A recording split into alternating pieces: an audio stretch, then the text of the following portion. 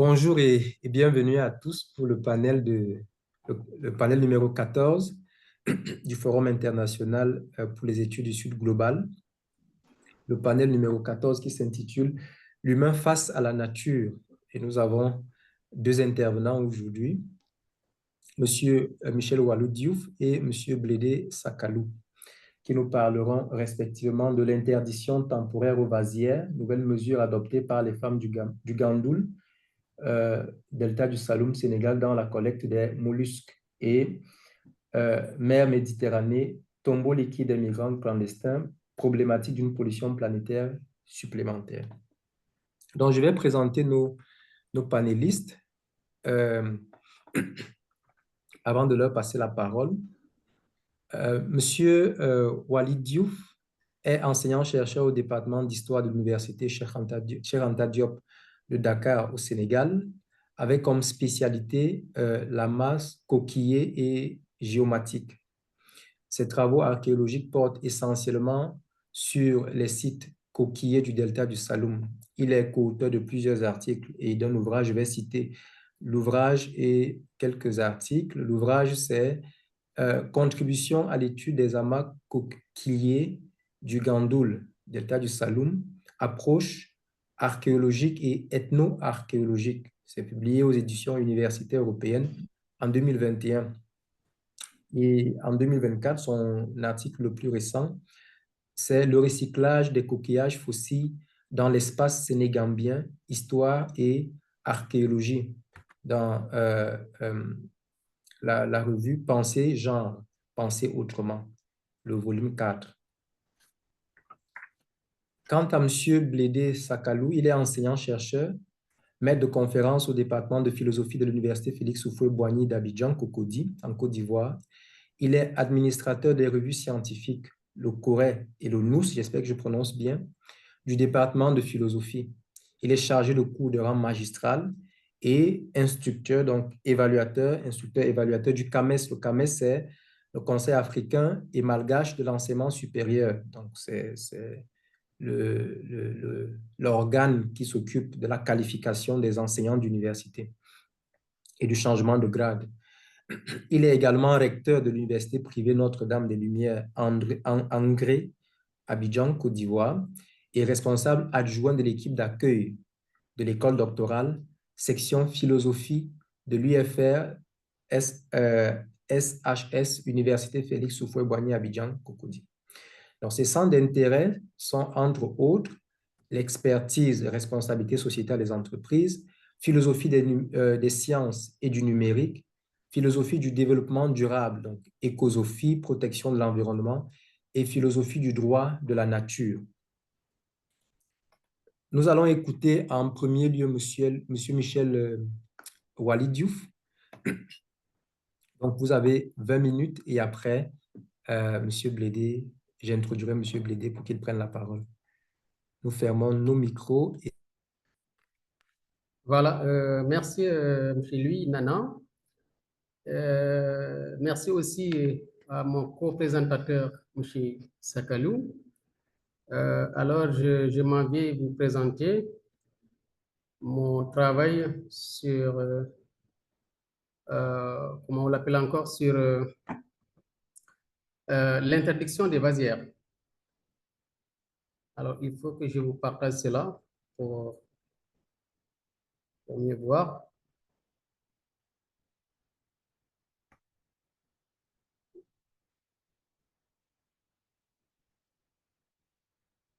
Une minute, hein?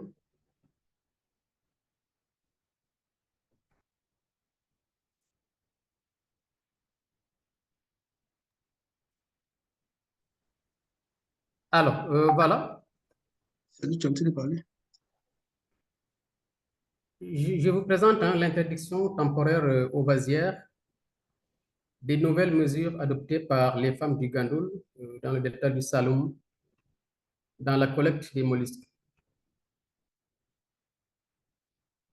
Alors, j'aimerais bien vous partager le diapo. Alors, ici, nous parlerons exclusivement d'une activité assez régulière, mais aussi d'une activité très ancienne, qu'il s'agit de la collecte des mollusques dans le delta du Saloum. D'abord, nous jugeons nécessaire de présenter cette région, la région du delta du Saloum, qui se trouve particulièrement dans le centre-ouest du pays, à 150 km au sud de Dakar. Et c'est une région qui est comprise entre 13 degrés et 14 degrés de latitude nord et entre 16 degrés 30 et 17 degrés de longitude ouest. Alors, comme vous le voyez, c'est une région qui est comprise entre... Excusez-moi, Monsieur Diouf, mais nous ne voyons pas votre... Vous ne voyez pas? Nous ne voyons pas le PowerPoint. Donc, vous pouvez me l'envoyer. Je vous l'envoie.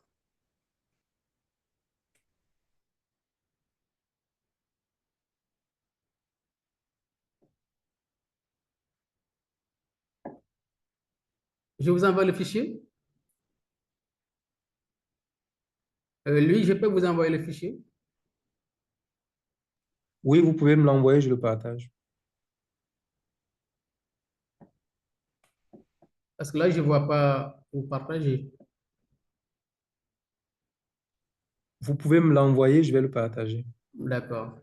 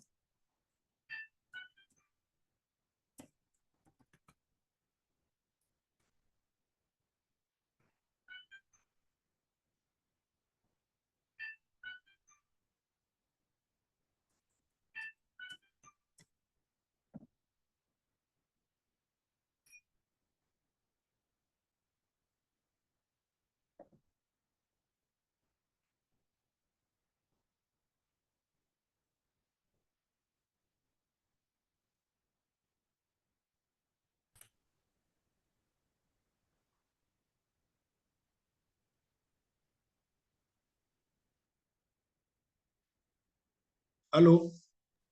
Oui, Monsieur Sakalou, vous pouvez y aller. D'accord, merci. Je prends le texte là.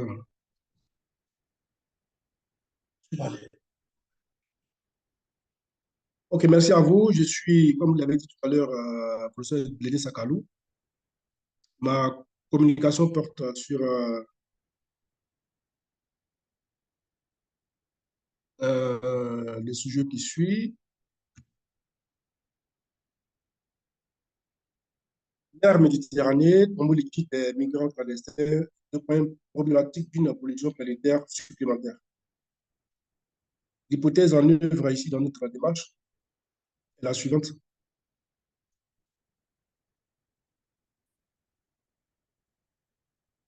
Je vous partage l'écran, hein, si vous m'entendez bien. Oui, allez-y. Vous m'entendez? Oui, allez-y, on vous entend. Ok, merci. Bon, est-ce que vous voyez mon écran? Oui, on voit votre écran. Bien, merci. Merci. Ok, donc, je suis en train de dire que ma communication porte sur le politique suivant. Mer Méditerranée, tombeau liquide des migrants clandestins, le point problématique d'une pollution planétaire supplémentaire. L'hypothèse en œuvre ici, dans notre démarche, est la suivante.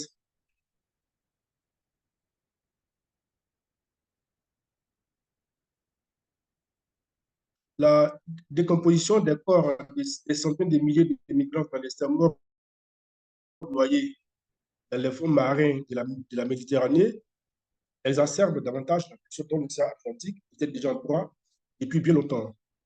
À partir d'une démarche historico-analytique, notre étude s'articulera en quatre grands accents déclinés ci-dessous.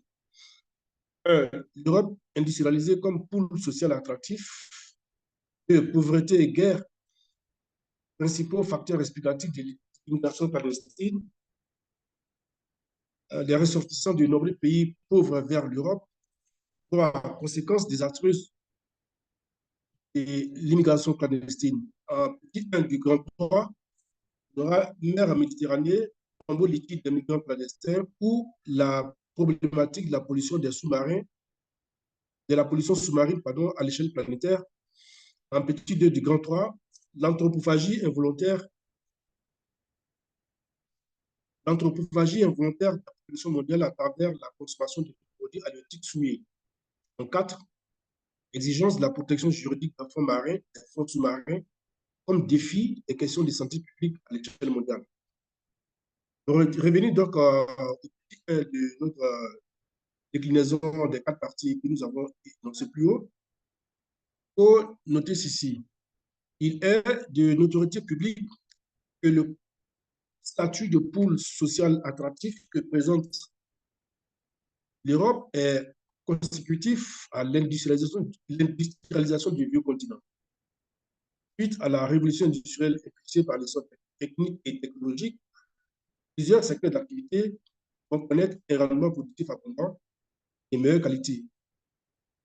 Pour le mérite d'offrir aux populations européennes une qualité de vie beaucoup plus enviable en comparaison au mode de vie mené sous d'autres cieux dans la plupart des pays africains. Les médias, surtout audiovisuels, se chargeront en outre de diffuser abondamment des images de vie idylliques pour inciter les premières velléités migratoires. Puis deux, nous avons noté avec Max Weber que c'est chez les personnes et dans les groupes qui ont les plus fortes aspirations de mobilité sociale,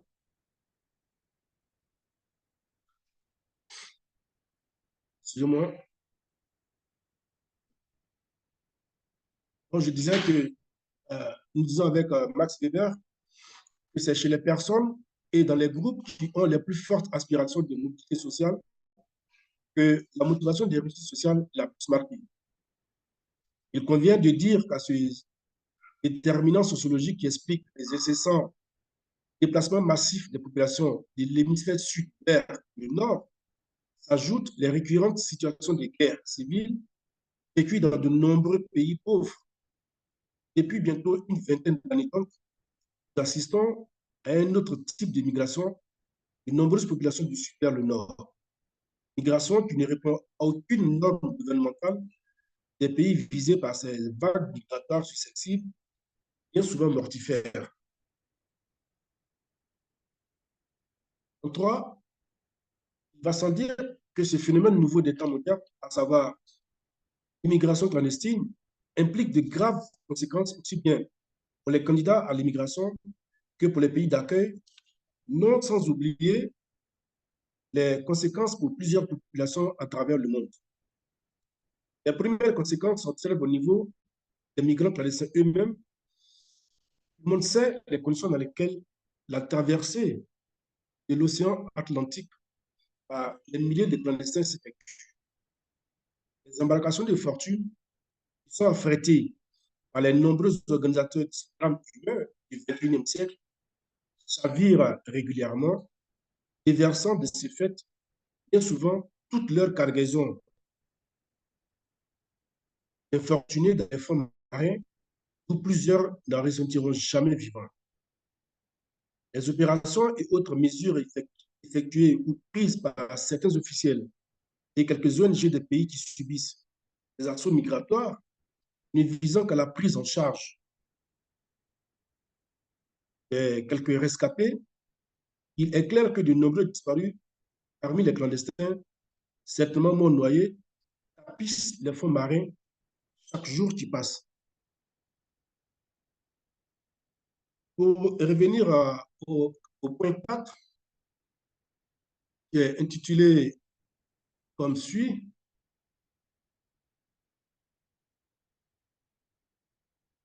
le point 3, conséquences désastreuses de l'immigration clandestine. On a vu en petit 1 les conséquences qui sont celles endurées par les populations qui sont appelées à cette immigration clandestine. Nous allons voir en petit 2 et grand 3 l'anthropophagie involontaire de la population mondiale à travers la consommation des produits alimentaires. Il est clair que l'océan Atlantique occupe un vaste territoire à travers le monde.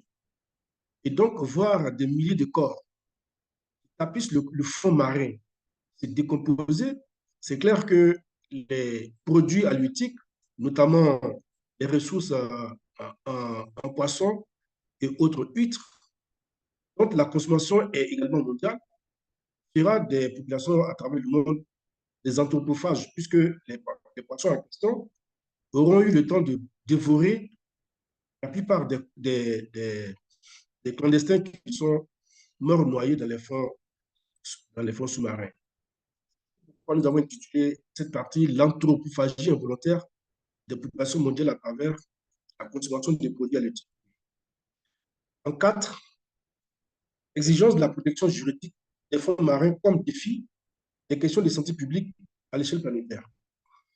Ici, nous avons voulu développer l'idée suivante.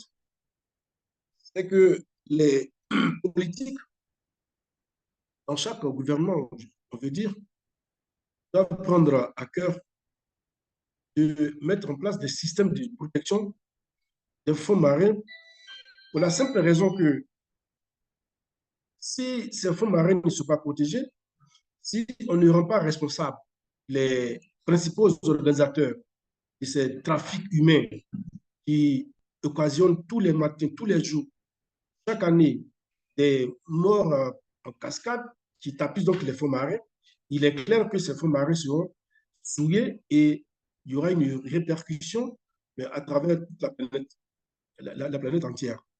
C'est ce pourquoi l'exigence de la protection juridique demeure aujourd'hui un problème fondamental pour que, quand cette protection sera assurée, et toute la population à travers le monde bénéficier des santé publique et éviter que les gouvernements, les budgets des gouvernements de ces pays-là soient grévés pour faire face à un problème qu'on peut régler de façon juridique. C'était là les 4 principaux points de ma démarche. Je suis à votre écoute pour d'éventuelles questions pour enrichir le débat. Je vous remercie. Merci beaucoup, Monsieur Sakalou, oui, pour votre présentation. Monsieur Diouf. Je vous en prie, oui. Donc, Monsieur Sakalou, vous pouvez arrêter le partage de votre écran et Monsieur Diouf va prendre le relais. Merci beaucoup. Monsieur Diouf, vous pouvez y aller. Bon, voilà, Monsieur Nana, voilà, Monsieur Sakalou. En fait, personnellement, j'ai 2 questions à vous poser. Avant de prendre les questions, il serait préférable que vous fassiez votre présentation parce que les 2 points peuvent donner lieu à, je veux dire, les 2 présentations peuvent donner lieu à questions ou à discussion. OK. Donc, vous pouvez partager votre écran. Voilà, cette fois-ci, je pense que ça va marcher. Ça. C'est ça. Là, vous recevez? Oui, là, ça marche. Ah, OK. J'ai essayé de vous l'envoyer mais c'est un peu lourd. D'accord, donc allez-y. Alors, voilà. Tout à l'heure, je disais que ma communication porte sur l'interdiction temporaire aux vasières. Et c'est une nouvelle démarche, une nouvelle, en tout cas, mesure qui est adaptée par les femmes du delta du Saloum, surtout en ce qui concerne la collecte des mollusques. Alors, pourquoi cette thématique? Parce que simplement, nous avons essayé de voir ce qui a été collecté depuis des milliers d'années, en tout cas à travers les coquillages fossiles, et ce que nous avons maintenant. Et nous voyons que c'est des coquillages complètement différents en termes de taille. Et c'est pourquoi nous avons pensé à nous pencher justement sur cette étude pour voir qu'est-ce qui est lié, qu'est-ce qui a provoqué cette différence de taille dans les mollusques. Alors, avant de commencer, nous présentons le secteur. Nous présentons le delta du Saloum. C'est une région qui se trouve au centre-ouest du Sénégal, hein, au centre-ouest du Sénégal, à peu près à 150 km de Dakar. Et c'est la région côtière complètement, en tout cas, centrale du pays. Alors, pour les coordonnées géographiques, cette région est comprise entre 13 degrés et 14 degrés de latitude nord, mais également 16 degrés et 17 degrés de longitude ouest. Et comme vous le voyez bien sur la carte, c'est une région qui est comprise entre la Petite Côte au nord et la Gambie au sud. Voilà, la Gambie, c'est un petit pays voilà, qui est inclus dans le Sénégal. Alors, et voilà pour la présentation physique. Et peut-être il faut ajouter aussi comment le delta est structuré. Le delta, on y note trois fleuves. En réalité, on appelle fleuves, mais ce ne sont pas des fleuves, c'est des bras de mer, justement. Et comme vous le voyez, il y a le fleuve Saloum au nord, le plus long d'ailleurs, avec 150 km. Nous avons le fleuve Ndjombos au centre, avec une plus large embouchure. Et le petit fleuve qui se trouve à l'extrême sud, c'est le Ndjombos. Voilà, nous avons ces trois fleuves qui, en quelque sorte, essaient de départager, sinon de répartir voilà, le delta en deux régions essentielles, en deux sous-secteurs essentiels.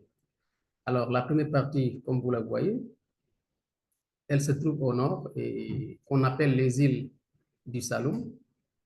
Alors, la deuxième grande partie aussi se trouve au sud, qu'on appelle les îles Bettenty. Alors, pour ce qui est maintenant de l'aspect humain, cette région abrite, grosso modo, hein, deux grands groupes. Il y a le groupe des Sérères Nyominka.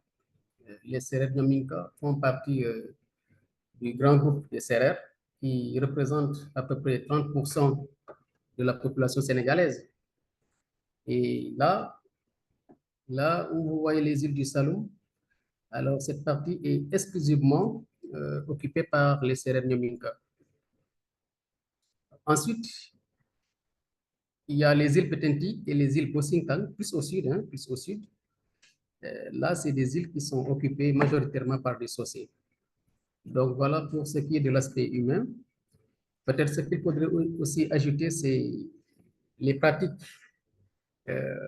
économiques, les activités. Les Nyominka, leur activité principale est la pêche plus l'agriculture.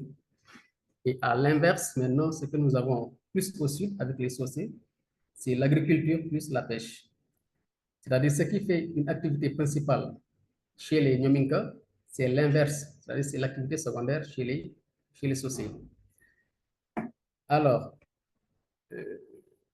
nous allons parler maintenant sur la géomorphologie de ce delta.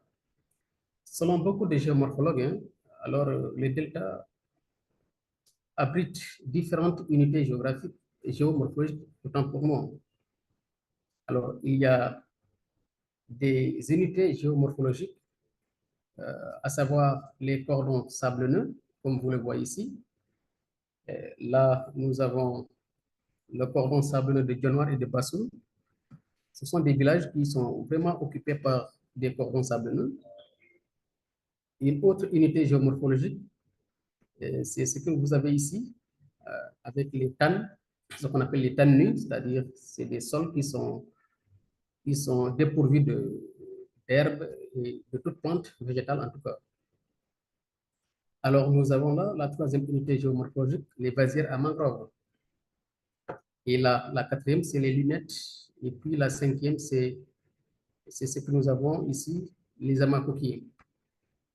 Voilà les 5 unités géomorphologiques que nous avons dans le delta du Saloum. Alors nous, notre présentation sera axée uniquement à 2 entités géomorphologiques, à savoir les amas coquillers ici, qui se particularisent par, disons, par leur état culturel. effectivement, parce que les amas coquillers ne sont pas naturels, ne sont pas des formations naturelles, ils sont des formations culturelles. Et c'est considéré à juste titre comme étant une unité géomorphologique. Alors, l'autre que nous allons considérer, il s'agit des vasières à mangrove. Alors, pourquoi ces deux unités? D'abord, pour le premier, à savoir les vasières, c'est là où sont récoltés les mollusques. Donc, c'est l'écosystème où se trouvent les mollusques, justement. Et la deuxième entité, les amas coquillers, alors résulte justement de l'exploitation des mollusques, vous voyez. Donc, c'est pourquoi alors, on va ignorer toutes les autres unités géomorphologiques et on s'en tiendra justement aux vasières et aux amas coquillers, soit effet à conséquence. Alors, ici, nous avons un bel exemple d'un amas coquillier. Donc, tout ceci, malgré les dimensions énormes, résulte effectivement des activités de l'exploitation des mollusques. Alors, si nous continuons,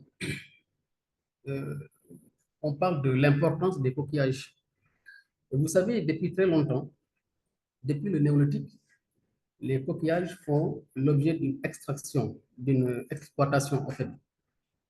Et à l'époque, les populations retiraient simplement la chair, alors elles consommaient la chair, elles la vendaient, et pour ce qui est du coquillage, de la coquille, alors ça n'avait aucune utilité. Et c'est ce qui explique justement l'existence, la présence de différents amas coquillés dans le delta du Saloum. C'est parce que une fois retiré la chair, le mollusque justement, l'arche surtout, ou bien l'huître, alors les populations n'avaient aucune utilité pour ce qui est du coquillage.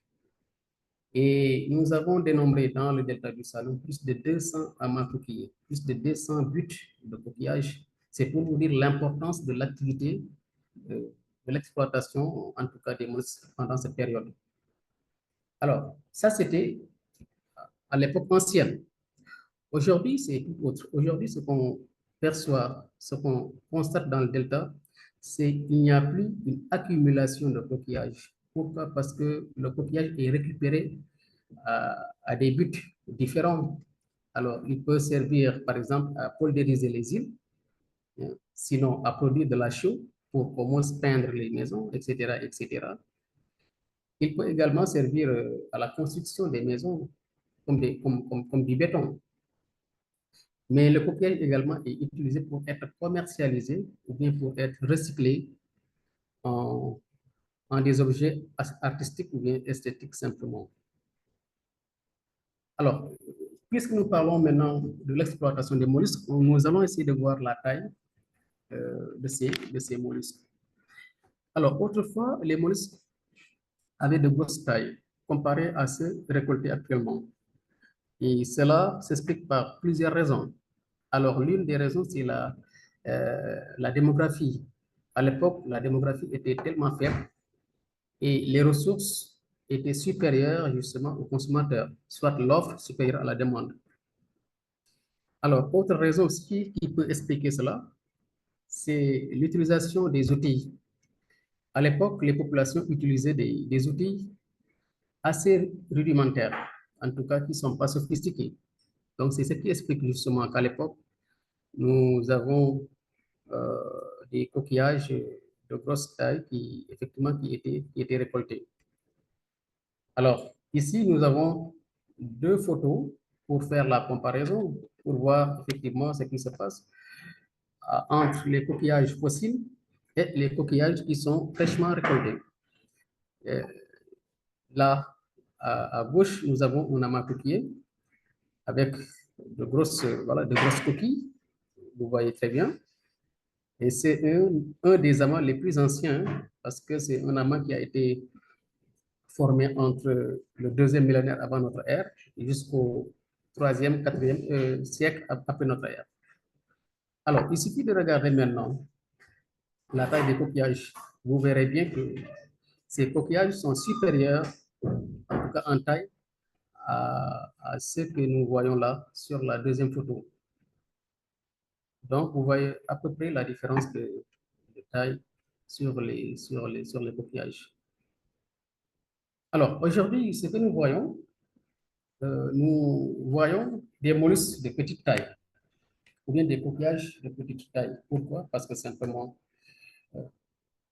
la région a connu une explosion démographique et cette pression du poids de la population agit justement sur la ressource, ou bien sur les ressources disponibles. Autrement dit, les consommateurs sont devenus beaucoup plus importants que les ressources disponibles. Il y a également un autre effet, c'est les changements climatiques. Alors, les changements climatiques qui participent effectivement à la dégradation des écosystèmes mangroves. Et ça justifie aujourd'hui que le coquillage récolté ne peut plus être alors de grosses coquilles. Alors, quelles sont maintenant les nouvelles mesures adoptées par les femmes? Parce que vu tout ce que nous avons développé tout à l'heure, des mesures ont été adoptées par la population, par les exploitantes ou par les collectrices, parce qu'elles veulent simplement réglementer l'activité. Alors, c'est pourquoi les femmes elles-mêmes, elles ont adopté des démarches que nous jugeons très utiles pour au moins la préservation de ces écosystèmes, en tout cas des vasières. Alors, la première mesure, c'est d'abandonner momentanément les vasières. Toutes les vasières connaissent des moments de vacances. Dans tous les villages, ils observent effectivement ces moments de vacances pour les vasières. Autre mesure, c'est de ne récolter que les grosses arches, ou bien les grosses huîtres également. Troisième mesure, c'est utiliser un matériel bien adapté. Et quand on parle de matériel adapté, là, nous faisons allusion à des récipients à maille large, tels que des paniers, des seaux, etc., etc. Alors, elles envisagent également, ces populations, à alterner l'exploitation des mollusques à d'autres activités telles que la pêche, l'agriculture, la cueillette, mais aussi la commercialisation des fruits. Donc tout ça, c'est pour permettre aux vasières de se reposer et pour permettre aux huîtres de se reproduire comme il le faut. Alors, il y a également des mesures strictes qui sont mises en place. C'est l'interdiction sous peine d'amende de 5 000 à 10 000 francs CFA selon les villages. L'accès aux vasières à la période de régénérescence des mollusques, le développement des mollusques. Il y a également l'interdiction à l'accès aux vasières à toute personne étrangère. Et là, les villageois connaissent ceux qui sont dans le village et ceux qui ne sont pas des villages. Et pour cela, ils interdisent l'accès aux vasières à tout étranger. Enfin, ils ont mis en place des comités de surveillance et d'alerte dans tous les villages pour au moins se permettre aussi à ce que les vasières soient plus développées et maintenir les ressources en bon état, justement. Alors ici, nous avons une photo qui illustre une méthode de collecte à New York. Vous voyez, il y a des outils qui sont bien adaptés, utilisés pour effectivement collecter les grosses arches et laisser les petits. Et nous avons là, effectivement, le matériel de récolte bien adapté, que ce soit des paniers, que ce soit des seaux, que ce soit des calebasses, mais trouées, obstruées, pour permettre effectivement de sélectionner le gros mollusque et laisser les tout petits. Alors, on finit maintenant avec les avantages de cette interdiction, parce que quoi qu'on puisse dire, on note beaucoup d'avantages liés à cette interdiction. D'abord, ça permet de préserver les bancs de collecte. Ensuite, de laisser les mollusques se reproduire et de se développer. D'avoir également des récoltes de qualité. De permettre les ressources en mollusques. Et enfin, d'être dans des perspectives d'héritage pour les futures générations. Alors, pour finir, nous avons fait une remarque finale, c'est que les mollusques actuellement récoltés sont d'une grosseur considérable comme à l'ancien temps. Et tout cela parce qu'il y a eu ces mesures d'interdiction qui sont mises en place et sans lesquelles, alors, les populations allaient continuer simplement à exploiter de façon abusive ces vasières. Voilà, nous sommes à la fin de cet exposé. Je vous remercie de votre aimable attention. Merci beaucoup.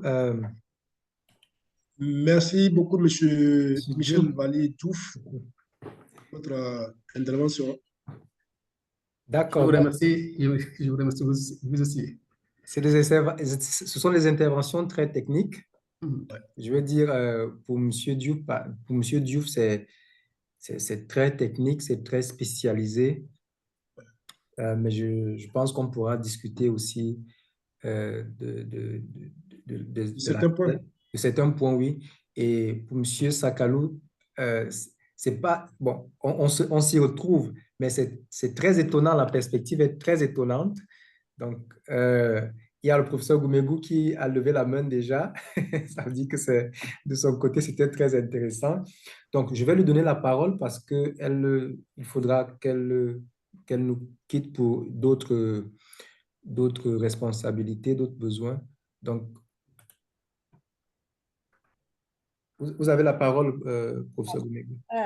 Oui, merci beaucoup pour ces deux interventions hein, qui portent effectivement sur le rôle de la mère hein, dans ces relations entre l'homme et la nature. Je m'excuse d'avance parce que j'ai une réunion à 15 heures, hein, donc il ne me reste que très très peu de minutes. Et j'ai appris bien des choses intéressantes et j'aurais une question concernant tout d'abord l'intervention de M. Sakalou. Parce que, en fait, je m'étais posé la question parfois, mais qu'est-ce que ça signifie tous ces corps dans la Méditerranée? Mais en fait, j'ai l'impression qu'on en parle très, très peu. Dans les médias, le problème, c'est toujours les noyés, on compte les morts, on voit la misère que ça cause, mais on ne parle pas des corps qui restent. Donc, j'ai trouvé très, très passionnante votre perspective. Je voulais demander d'élargir peut-être un peu ce que vous avez déjà dit et peut-être que c'est une perspective d'européenne, qu'on ne parle pas de ces morts, peut-être que c'est différent dans les pays d'origine. Je n'ai pas bien saisi. Bon, je disais que, bon, ici, dans les médias européens, on ne parle jamais de ces décors qui restent Oui. ensevelis dans la mer. Bon, on se limite à plaigner le sort de ceux qui se sont noyés, mais la question du corps qui reste dans la mer, on n'en parle jamais. Donc, je ne sais pas si c'est une perspective européenne de ne pas penser à ces corps et si la situation est différente dans les pays d'origine, ou est-ce que c'est vous qui introduisez maintenant cette nouvelle perspective? D'accord.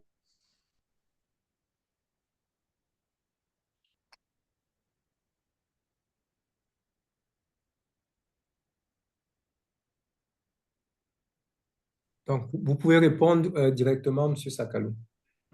D'accord, merci. Merci, Madame Suzanne Goumegou.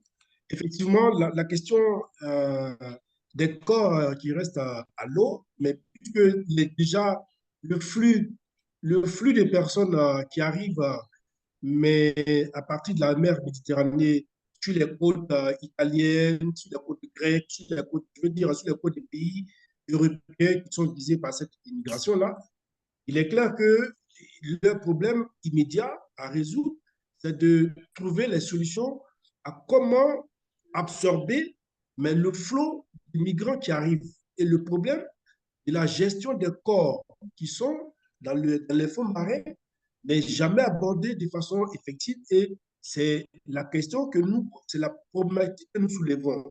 C'est-à-dire, est-ce qu'on ne court pas un danger, mais de santé publique à l'échelle planétaire, avec ces corps qui tapissent les fonds marins, avec le risque que les ressources halieutiques soient contaminées par ces corps et que nous dans tous les pays, pas seulement des pays européens, encore moins les pays africains, mais dans tous les pays où l'exploitation du poisson se fait, l'exploitation des ressources halieutiques se fait, mais alors, est-ce qu'on n'est pas exposé à un danger lié à une question de santé publique avec la consommation de ces produits qui sont, somme toute, souillés par ces corps qui ne sont pas toujours repêchés et qui tapissent les fonds marins? C'est la grande question que je pose.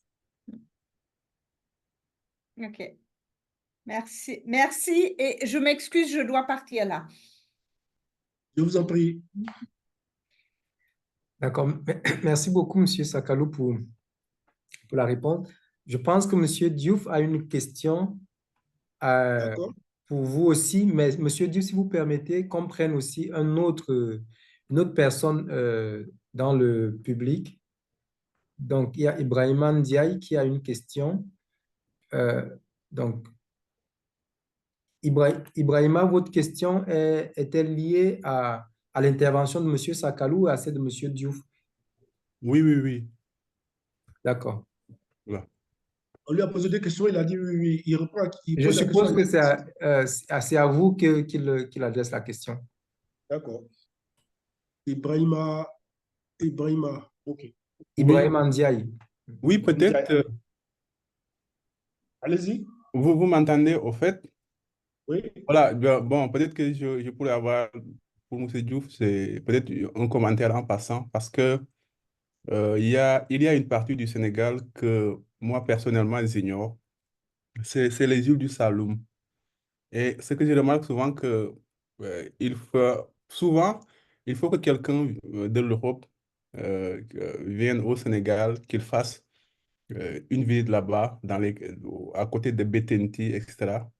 Et que l'on se rend compte que vraiment notre pays est bon, le Sénégal, il y a des espaces qui sont vraiment beaux.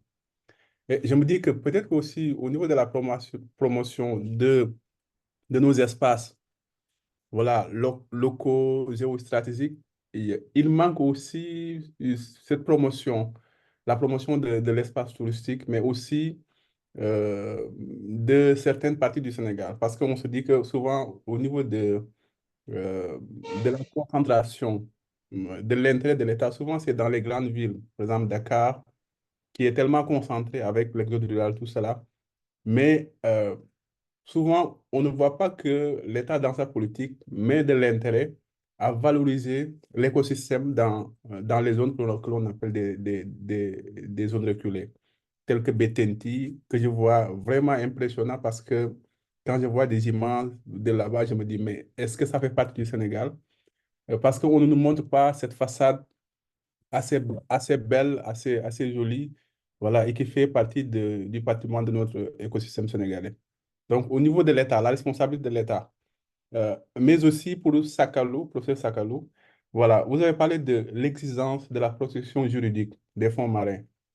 Et moi, je me dis que, bon, à quel niveau bon, ces lois doivent être édictées? Est-ce que c'est à partir du nord, voilà, du nord de l'Europe, que l'on doit se concerter pour parler de la protection juridique des fonds marins, ou bien est-ce qu'au niveau de nos États, voilà, les États africains, il y a des perspectives qui sont mises en œuvre, élaborées pour que la protection des fonds marins soit une politique dans voilà, dans les perspectives qu'ils ont voilà, de nos États, voilà, bon, le développement entre griffes. Parce que souvent, on voit que c'est en raison de la pauvreté que les gens quittent les pays de l'Afrique pour venir en Europe parce que vraiment, au niveau de l'État, il y a une faillite. Voilà. Est-ce que aussi la responsabilité à ce niveau de nos États n'est pas à interpeller?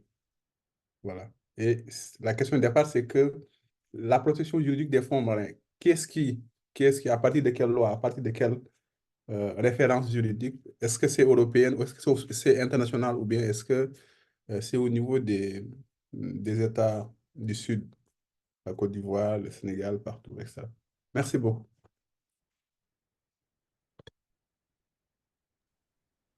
Vous pouvez prendre simplement la parole. Merci beaucoup, Ibrahima. Merci à vous, M. Ibrahima, pour la question. Est-ce que je peux aller ou bien alors le collègue Michel Wali voulait intervenir vu qu'il y a... Vous êtes déjà en train de parler, donc vous pouvez y aller. Et M. Wali va prendre D'accord. M. Diop va prendre la parole pour réagir et vous poser la question en même temps. D'accord, merci beaucoup. Pour aller directement à la question de M.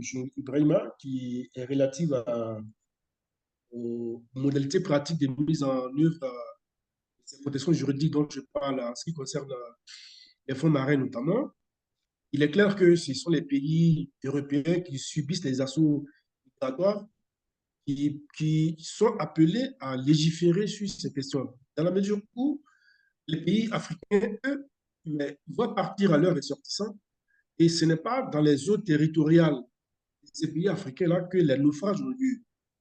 Généralement, les naufrages ont lieu à quelques encablures des côtes européennes. Donc,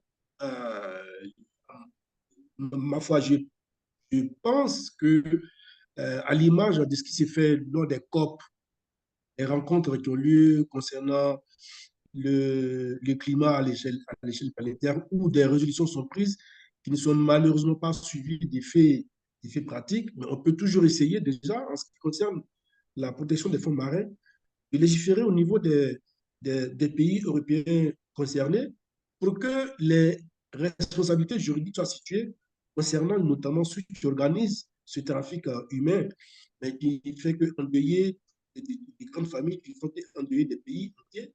Et donc, à partir de ce que les gens seront face à des perspectives pénales, des choses qui les engagent de façon pénale, je pense bien que ça pourrait aider à résorber un tant soit peu les, ces désastres qui sont subis dans les eaux territoriales de ces pays européens-là. Donc, pour répondre de façon très nette, c'est au niveau des pays européens, la Grèce, même la France, l'Angleterre, l'Italie, qui est le plus concerné, au niveau de leur gouvernement, ben, songer à légiférer en la matière pour que des responsabilités juridiques soient engagées vis-à-vis ou à l'encontre de ceux qui sont les organisateurs de ces trafics. Ils sont bien connus. C'est vrai que c'est des trafiquants, mais ils sont bien connus. Ils ont tous les moyens, les pays européens ont tous les moyens pour savoir exactement ce qui se passe dans la mer Méditerranée et donc situer les responsabilités pénales. Si pas que la législation s'est faite, il est clair que ces organisateurs du trafic humain réfléchiront à deux fois avant de se lancer dans ces pratiques. Ok, Monsieur Diouf, je vous laisse la parole. J'ai aussi un commentaire, une question. Voilà, merci, M. Sana. M. Manan, excusez-moi. Je remercie Ibrahima pour sa contribution pertinente et aussi sa remarque. Voilà, je pense que c'est un constat général, global. Et ce n'est pas uniquement au Sénégal, c'est presque dans tous les pays africains. D'habitude, nous avons des citoyens qui ne connaissent pas leur pays. Aujourd'hui, les Sénégalais ne connaissent pas le Sénégal en entier. Alors, les gens de Dakar sont cloisonnés à Dakar, ceux de Saint-Louis restent à Saint-Louis, n'ont jamais quitté Saint-Louis, ceux de Thiès ne connaissent que Thiès, et ça, je pense que c'est un problème. Alors, oui, c'est un problème d'ordre étatique, mais aussi d'ordre culturel, c'est-à-dire l'État ne met pas les moyens ou bien n'encourage pas les populations à aller découvrir justement leur territoire. Et je pense, comme vous l'avez dit, avec une belle promotion justement touristique ou bien culturelle, ça aiderait simplement aux citoyens d'aller visiter le pays tout entier. Et c'est vraiment regrettable ce qui se passe ici au Sénégal. On a certaines régions telles que le delta du Saloum, la Casamance, Kédougou, où nous avons vraiment de beaux paysages, des paysages à la fois naturels et culturels. Mais c'est dommage que les Sénégalais n'aillent pas visiter ces beaux paysages. Et c'est un constat vraiment général, hein. Donc, voilà pour ta contribution. Alors, maintenant, je viens à M. Sakalou. J'ai deux petites questions, M. Sakalou. La première, alors, elle est liée à l'estimation, au nombre de victimes. Est-ce que vous avez en tête une estimation des victimes de cette migration clandestine? Parce que je pense que ce fléau a commencé au début des années 2000. Depuis les années 2000, on commence vraiment à avoir des vagues de migrants quittant l'Afrique pour l'Europe. Est-ce que depuis ces années, est-ce que vous avez à peu près un nombre sur les victimes? Alors, la deuxième question, elle est relative à des mesures. Est-ce que vous avez justement des mesures concrètes, qu'elles soient appliquées par les États européens ou bien par les États africains aujourd'hui à ce niveau? Où en sommes-nous? Quelles sont les mesures concrètes qu'il faudrait apporter pour mettre fin vraiment à ce fléau qui est dramatique? Voilà mes deux questions que je voulais simplement poser, M. Sakal.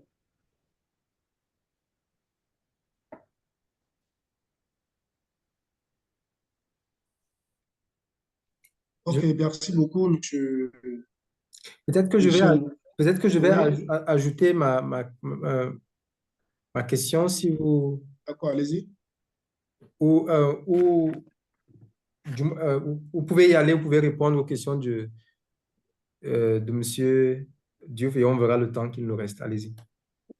D'accord, je vous remercie. Est-ce que nous avons une estimation chiffrée des victimes? Pas vraiment. On s'en tient au décombre macabre qui est toujours effectué régulièrement par, je veux dire, par les médias occidentaux, qui déplorent le phénomène en lui-même, mais sans faire grand-chose pour stopper déjà à partir des pays africains le départ pour ces pays qui a l'immigration clandestine. Donc, pour être précis, il n'y a pas de chiffres, sauf que c'est, comme je l'ai dit tantôt, hein, les décomptes qui sont faits régulièrement à ces services-là, qui nous ont alertés, qui nous ont interpellés pour nous rendre compte de la gravité de la situation, parce qu'on ne nous dit pas précisément les, les moyens mis en œuvre, qui sont mis en place pour repêcher ces corps. Est-ce que ces corps, parce que les images ne nous montrent pas des scènes de repêchage de corps. On nous dit juste qu'il y a eu des naufrages, il y a eu tel nombre de personnes qui ont subi ce naufrage-là, et il y a tel nombre de personnes qui sont portées disparues. Mais on ne nous dit pas précisément si des opérations ont été menées pour repêcher ces corps et nettoyer, effectivement, mais ces fonds marins. C'est le gros problème que je soulève. Donc, pour me résumer, je n'ai pas de chiffres précis en termes de nombre, en termes de décomptes effectués par des services, donc on aurait à disposition des chiffres. Deuxième question, est-ce que nous avons des mesures concrètes pour mettre fin à ces fléaux? En tant qu'individu, je ne pense pas.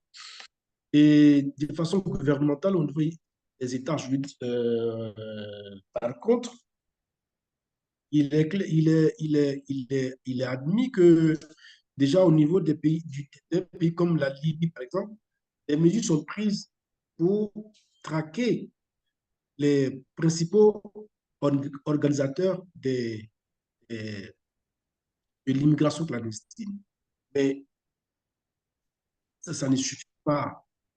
Ça ne suffit pas pour la simple raison que tous les jours, nous assistons encore davantage à des drames qui sont vécus dans la mer Méditerranée, il est clair que ces mesures qui sont prises déjà au niveau de la Libye ne sont vraiment pas suffisantes.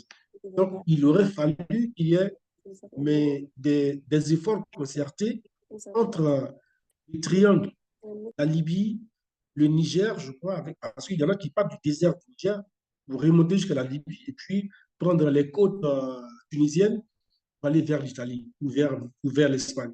Donc, il faut, de mon point de vue, il y ait une synergie, il faut qu'il y ait une collaboration au niveau des instances gouvernementales de ces pays en question. Je vais parler de la Libye, je vais parler du Niger, je vais parler de la Tunisie, je vais parler de l'Italie, je vais parler de la Grèce. À partir de là, les mesures concrètes pourraient être mises en place et éviter non seulement des drames humains, mais éviter que les fonds marins soient souillés. Voilà. Oui, j'ai une remarque par rapport à votre, à la perspective que vous avez, que je trouve, qui m'a beaucoup étonné,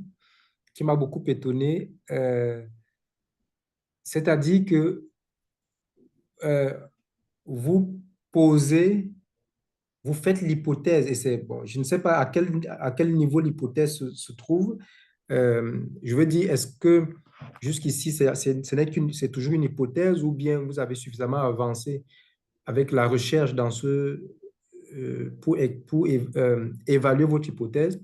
Mais je trouve la perspective assez étonnante dans la mesure où vous semblez constituer l'immigrant ou bien les morts, les immigrants morts comme des causes de la crise environnementale aussi. Pas la cause, mais un des éléments de ce qu'on pourrait appeler l'anthropocène. Et donc, c'est l'une des conséquences de justement cette construction de l'Europe comme étant le lieu où la vie est belle et où tout le monde veut aller. Et jusqu'ici, on a eu une lecture assez je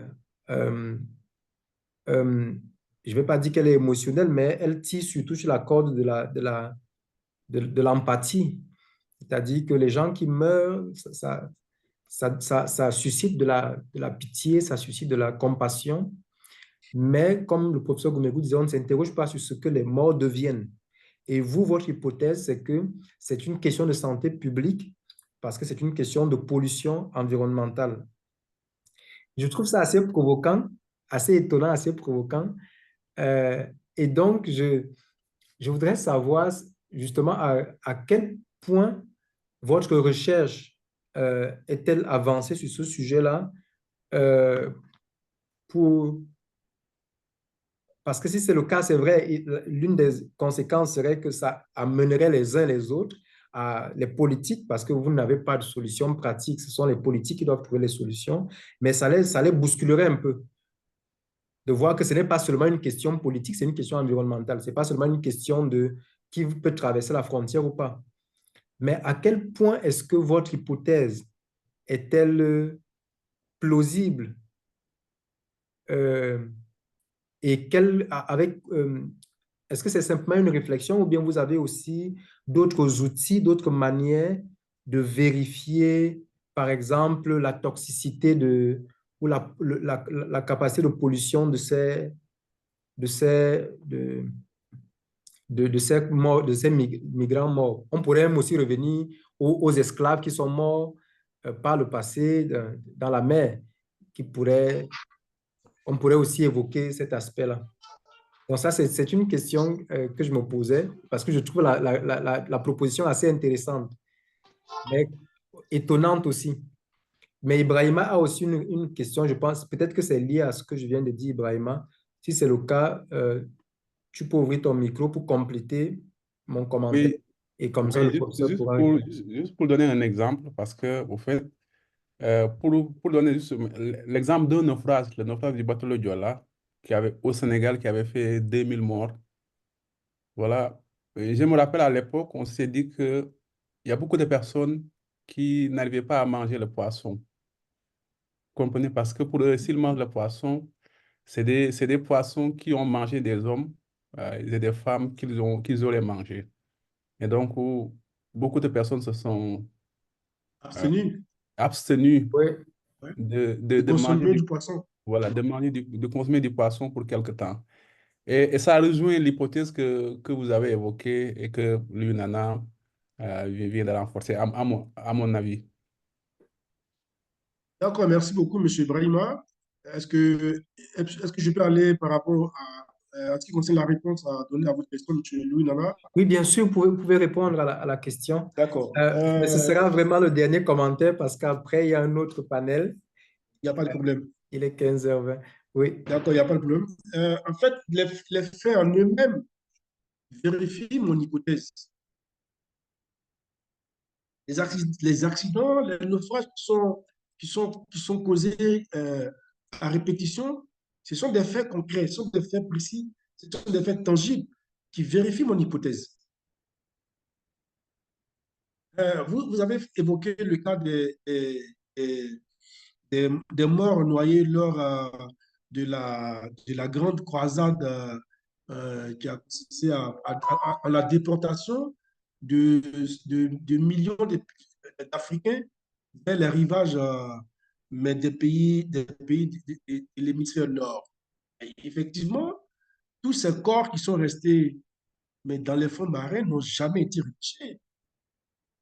Or, vous êtes sans ignorer qu'un corps qui séjourne longtemps dans un fond marin ne peut que naturellement se décomposer. Et ce faisant, mais ne peut que euh, causer des problèmes de pollution, mais des eaux des mers. Des problèmes de pollution des lacs, si tant est que c'est dans des lacs que des accidents ont lieu, et qu'il n'y a pas eu de curage. Si on ne cure pas le fond marin pour récupérer les corps de ces migrants et leur donner des sépultures terrestres, et que l'océan Atlantique demeure le tombeau liquide de ces corps-là, mais il est évident que c'est un gros problème environnemental dans la mesure où ces corps qui vont rester dans ces fonds marins mais vont pourrir, se décomposer, pourrir, donc souiller ces eaux-là. C'est pas de, c'est pas de, c'est pas des gaietés de cœur que je l'affirme, mais ce sont des faits tangibles qui sont vécus régulièrement sur les côtes des pays européens. Donc, les faits en eux-mêmes vérifient mon hypothèse. OK, merci beaucoup pour nos deux panélistes. Je vous en prie. Blédé Sakalou, le professeur Blédé Sakalou et Dr Michel Waly Diouf. Merci à ceux qui ont posé des questions, Ibrahima, professeur Diouf, Dr Diouf et d'autres personnes qui sont déjà parties, qui ont assisté au panel. Et donc, nous... C'est dommage, monsieur Louis, j'avais juste une question à monsieur Waly, mais bon, c'est pas grave. Peut-être que Allez-y, allez-y, on peut juste... Oui. Je vous laisse la possibilité de la poser. D'accord. On peut prendre encore 3 minutes. D'accord, merci beaucoup. Vous avez dit que les CRR représentent 1% de la population sénégalaise, c'est ça? Pardon? Vous avez dit que les CRR représentent 1% de la population sénégalaise, c'est ça? Non, non, votre micro est fermé, mais c'est parce que... Voilà. Alors, je disais que les CRR représentent à peu près 30% de la population sénégalaise. 30%, j'ai compris 1%. Non, ah non, non, non, 30%. Ah, d'accord, ok. Ah oui. Merci beaucoup. Je pense qu'il a précisé que c'était le Ah ouais. groupe le plus majoritaire. Voilà, c'est Ouais, ça. ça me paraissait bizarre d'entendre que c'est Non, non, non, non. 1%. C'est J'ai mal 30. entendu. Ok, merci beaucoup. Vous avez mal entendu. Merci beaucoup pour Oui. avoir partagé avec nous vos recherches actuelles, Je vos vous en prie. connaissances, et nous espérons vous retrouver demain soir à 18h, à 17h chez vous à Abidjan et à Dakar pour la leçon inaugurale du professeur Babacar Mbaye Diop sur le totémisme. Allez, merci et au revoir. Bonne soirée, au revoir. Merci beaucoup, monsieur. Mais monsieur Louis, non, non, vous êtes où présentement?